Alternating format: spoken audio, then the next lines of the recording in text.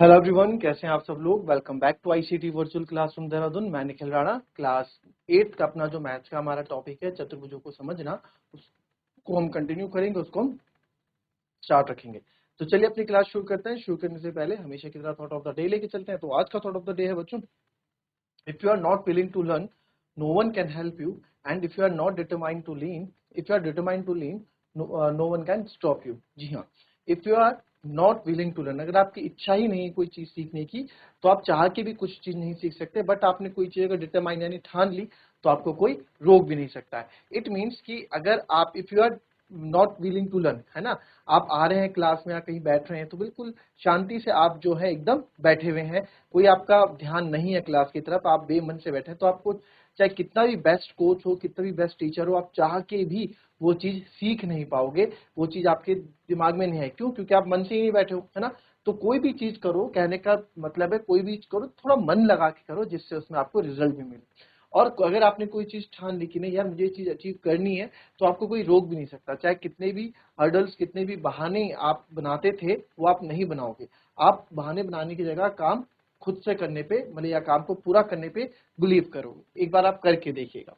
तो चलिए फिलहाल अभी हम इस क्वेश्चन पे आ जाते हैं। और यहाँ पे जो क्वेश्चन है वो किस इस प्रकार से है, find the measure of angle P and angle S. ठीक है, एंगल पी और एंगल एस मेरे को बताना है। If you find M angle R, is there any more one method. तो चलो, तो बात की बात है, यदि एस पी आर क्यू है, पैरेलल है आर क्यू के, ठीक है, if S P is parallel to R Q, और यहाँ भी ठीक है, यहाँ भी एस पी पैरेलल है आर क्यू के, तो एस पी आर क्यू के समांतर है, तो एंगल पी और एंगल एस का माप ज्ञात करें।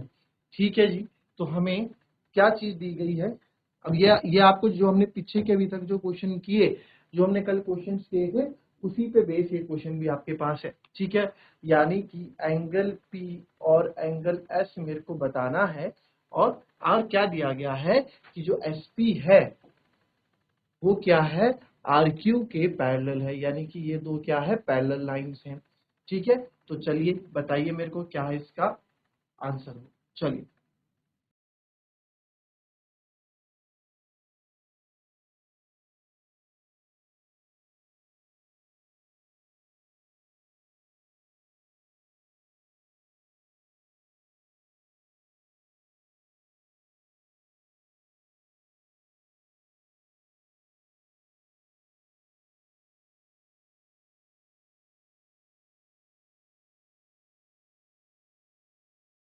अब देखिए इसमें कैसे आया किसी का answer.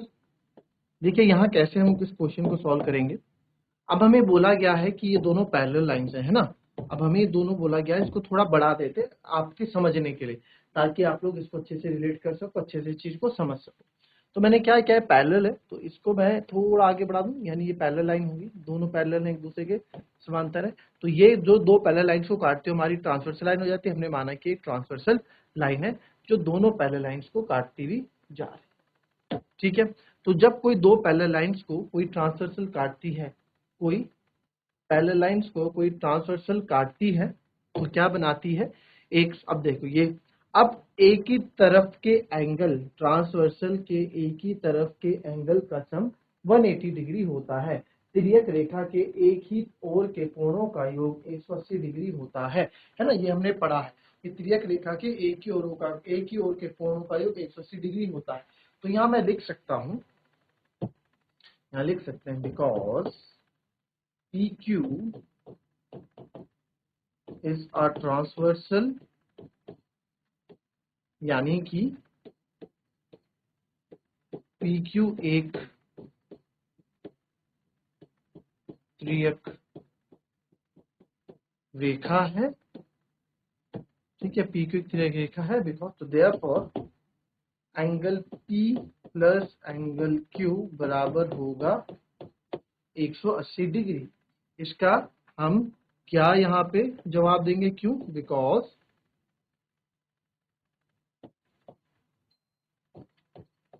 Some of angles on the same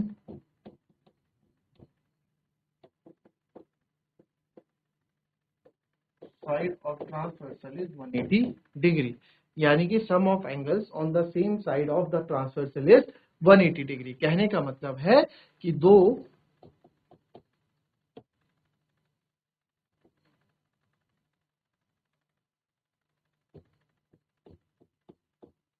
तिर्यक रेखा के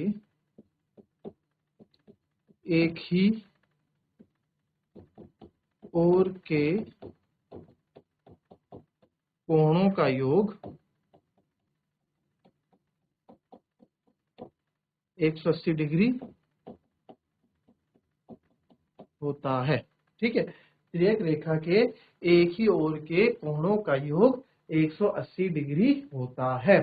ठीक है, तो यहाँ पे ये है, तो P प्लस क्यू 180 हो गया। तो सर एंगल P जो है हम ऐसे ही रख देते हैं, एंगल Q मेरे पास 130 डिग्री है बराबर 180, तो एंगल P आ जाएगा आपका 180 माइनस 130, तो एंगल P आ गया आपका 50। ठीक है, अब एंगल P हमारा क्या है, 50 डिग्री है। ठीक है जी, एंगल P हमारा सर कितना आ गया, 50 डिग्री। ठीक है, तो अब एंगल P 50 डिग्री है, और अब एक एंगल हमें ये भी एस भी हमें बताना है। तो बताओ एंगल एस आप कैसे बताओगे, जरा फटाफट फटाफट करके बताओ, एंगल एस आप कैसे बताओगे।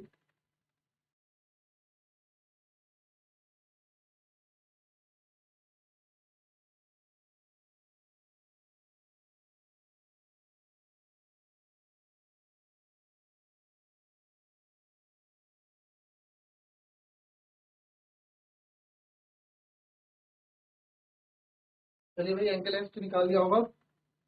ठीक है, निकाल दिया एंगल एस। अरे ये भी सेम होगा, इसके लिए क्यों इतना सोच रहे हो, ये भी तो सेम होगा।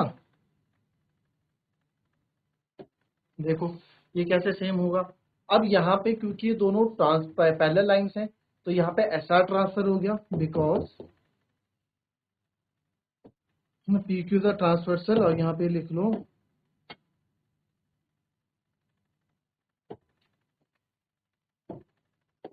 हमें दिया गया बिकॉज क्या, S P parallel to R Q, तो देयरफॉर यहाँ भी बिकॉज, अब यहाँ पे क्या है, ट्रांसवर्सल एस आर ट्रांसवर्सल है,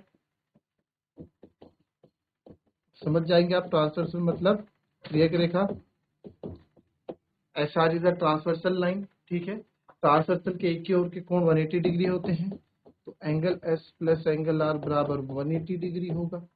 आर आपको 90 डिग्री दे रखा है, वही लिखोगे, sum of the angles on the same side.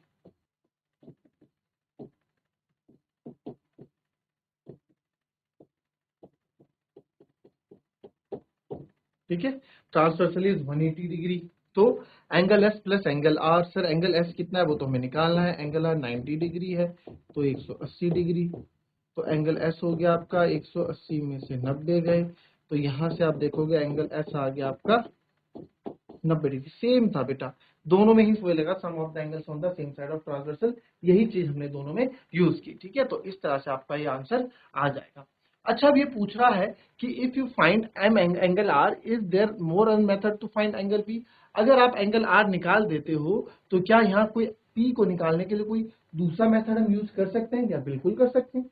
जब हमने यहाँ पे एंगल आर हम निकाल, इफ यू फाइंड, यदि आप एम एंगल आर पाते हैं, हमें एंगल आर हमें पता लग गया, तो एंगल एस भी हमें पता लग जाएगा, ये भी 90 हो गया। तो क्या एंगल पी हम किसी और तरीके से कर सकते हैं? बिल्कुल कर सकते हैं। कैसे? कि किसी भी चतुर्भुज के चारों कोणों का सम क्या होता है, 360 डिग्री होता है। तो आप यहाँ कर दो angle S plus angle R plus angle Q plus angle P बराबर 360 कर दो, बस आ जाएगा आपका आंसर, है ना। ये दूसरा तरीका है। ठीक है, बट उसके लिए आपको ये मेथड करना ही पड़ेगा एक बार, एंगल एस निकालने के लिए तो रेख रेखा वाला जो टॉपिक है वो आपको यूज करना ही पड़ेगा। ठीक है, कॉपी करें।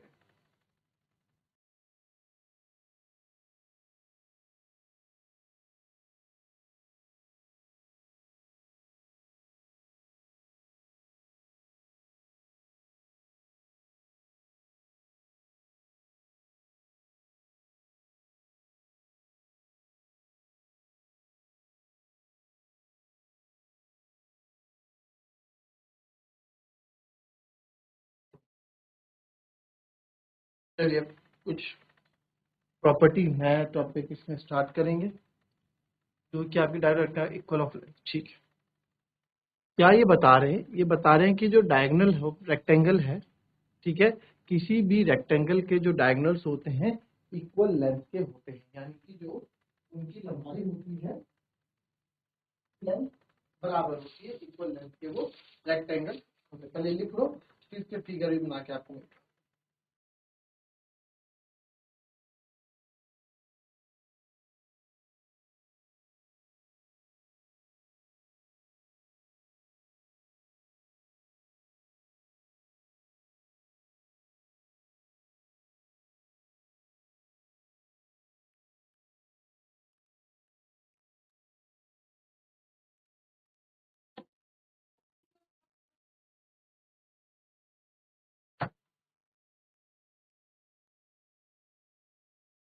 ठीक है, ये एक रेक्टेंगल है।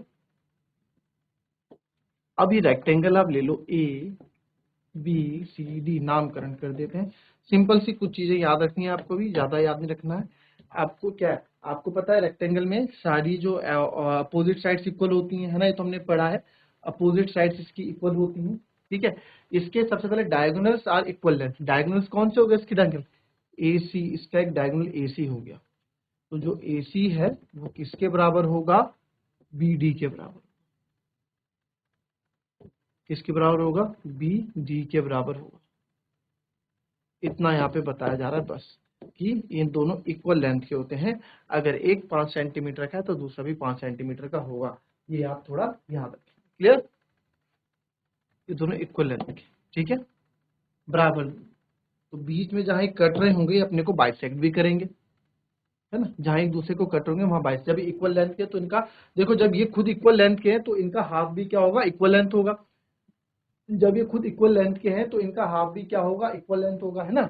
जहां से कट रहे हैं, जब पूरा ही बराबर है, अगर मैं बोलूं ये दोनों लाइन अगर बराबर हैं तो इनका मैं आधा आधा कर दूं तो वो भी तो आपका क्या होगा? जो आधा आधा करेंगे वो भी क्या होगा? वो भी तो आपका बराबर होगा ना। तो बस ये चीज याद रखेंगे आप। तो पहली तो ट्राइंगल की रेक्टेंगल की प्रॉपर्टी में ये हो गया। एक आयत के विकर्णों की लंबाई समान होती है। Diagonals of rectangle are of equal length. ठीक है, ये लिख लिया सबने।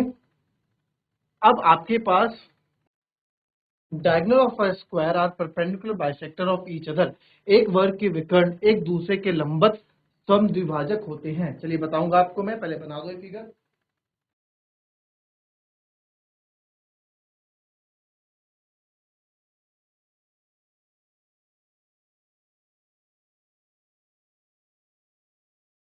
ठीक है, तो आइए इसको भी देख लेते हैं। ये स्क्वायर है,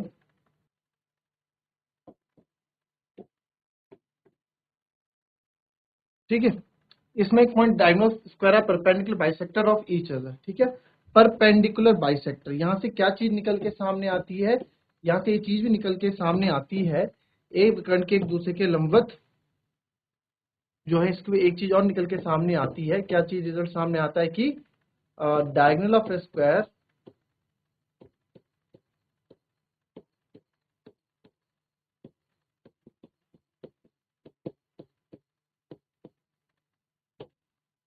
ठीक है, diagonal of square are bisect each. ठीक है, तो डायगोनल बाइसेक्ट क्या करते हैं? एक दूसरे को क्या करते हैं? बाइसेक्ट करते हैं। दूसरा से एक चीज और निकल के आएगा एट 90 डिग्री।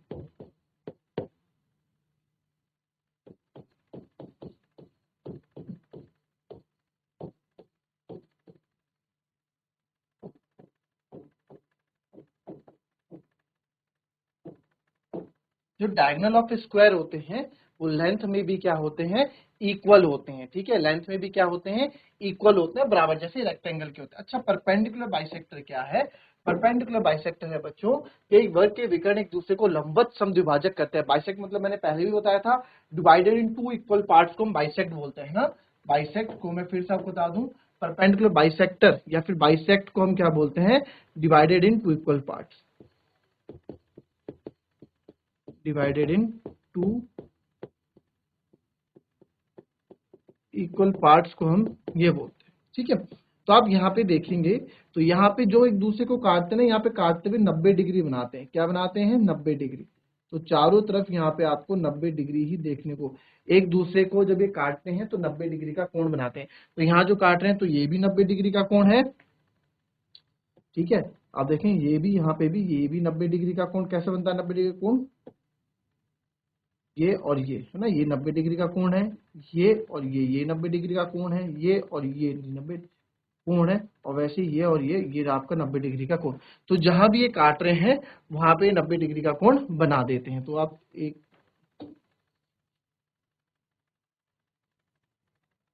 कि बीच में 90 डिग्री का कोण यहां बन जाता है। 90 डिग्री, 90 डिग्री, 90 डिग्री और 90 डिग्री। तो हर जगह जब ये लाइन जब कटती हैं तो 90 डिग्री का कोण बना देती हैं। ये हो गया।